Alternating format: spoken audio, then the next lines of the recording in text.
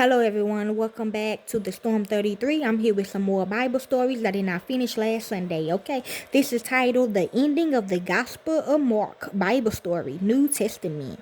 Okay, this is basically gospel means gossip. Okay, so that's finna end. Okay, period. I don't give a fuck what you say.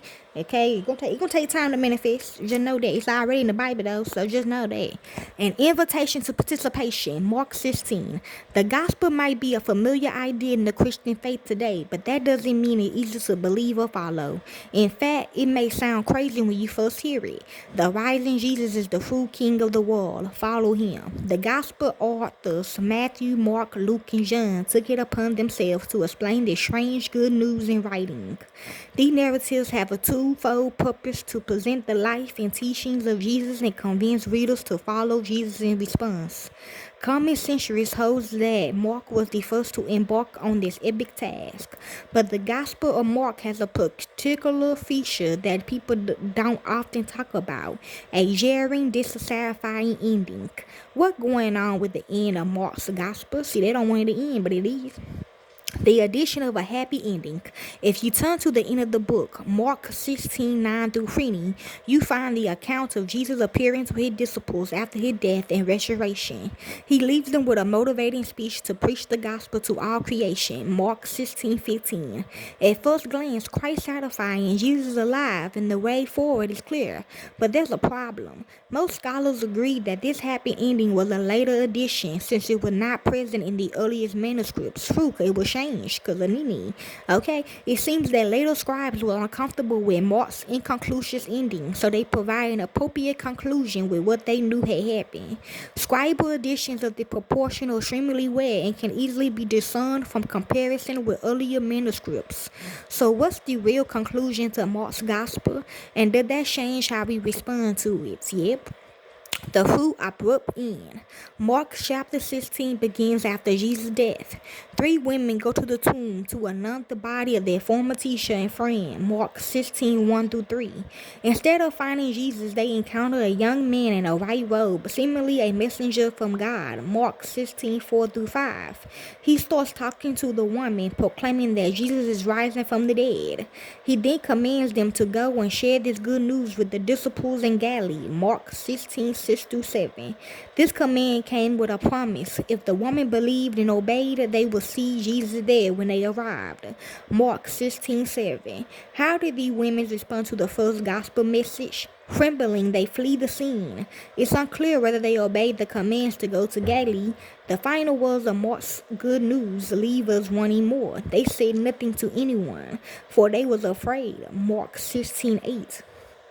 So the gospel ends with fleeing and fearing. Why will Mark write this? Awareness or intentional? Remember, the gospel authors are supposed to be convincing us of the gospel. Although Mark gives readers a gripping tale of Jesus' life, we arrive at the end and it is missing everything we would expect. Why did Mark include women, who were clearly less credible witnesses than men, because women gospel more? Why didn't he include a sighting of Jesus to prove he had risen from the dead? Why does he include the obvious human failure of the woman's fear and disobedience in response to the gospel? Did he forget to conclude the story?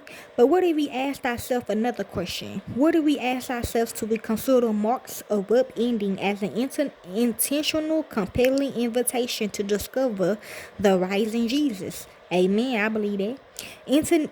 Intentionally open-ended. First, let's look at what Mark did include in his ending: an empty promise, an empty tomb, and a promise. We may not see the rising Jesus, but we do know his tomb is empty. This should stir up curiosity. If Jesus is not there, then where is he? The promise that follows gives an answer to that question. You will see him if you believe he's alive and obey the command to seek him. The only obvious response to this message then and now should be to set off on a journey to meet the rising Jesus for yourself. The woman's response to incomprehension, fear, and disobedience seems all the more unfortunate. Cause they saying we both zombies, but I'm a good zombie, okay? She the bad zombie, so let's get that correct. But perhaps this is actually a subtle encouragement. The early church had a practice of reading the Gospels out loud together. Imagine yourself hearing this abrupt conclusion decades later in an ever expanding room full of Jesus followers. Just by standing in that room, you will know the gospel has overcome the woman's failure. Despite your doubts, maybe you too could step forward in obedience to the gospel, just like these women must have. But if Mark means to encourage our faith, then why doesn't he mention our interaction, even a sighting of the rising Jesus? This was his opportunity to prove the restoration, the hinge of the gospel. Mark's gospel drew heavily from the eyewitness account of the apostle Peter. See, they don't believe that I can see, but I got one in my eye though. Why didn't he include stories of Peter's interaction with the rising Jesus, John 21, or the 500 witnesses of the restoration like Paul, 1 Corinthians 15, 3-6?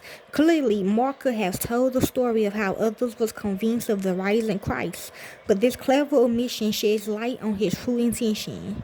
For you as a reader to become a character in the story and participate in the ending yourself. An invitation to participation. Like a snoozing passenger in a vehicle that comes to an abrupt stop, Mark's reader includes us, should spring up from our seats and ask, what's going on? We are startled into engaging with the gospel message and responding appropriately. Mark leaves us to wrestle with all the questions and implications surrounding the good news. It would seem no one else can do that work for us.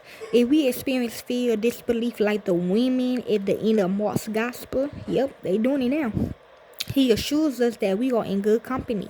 And remember that these women went on to become the first proclaimers of the restoration to their community. You ain't lying. However, we are left with a challenge to continue where the story leaves off. Amen.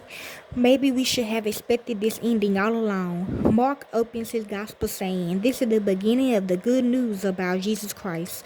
Mark 1:1. To Mark, his gospel story was not the end, but the beginning. The rising Jesus continues to reign as the King of the world, and the Gospel of Mark invites us into experiencing this and participating in spreading that good news. The invitation to set off on this journey to meet the rising King for yourself still stands. Amen. And that is the Bible story of the ending of the Gospel of Mark, New Testament, Mark 16. Enjoy. That's what you think.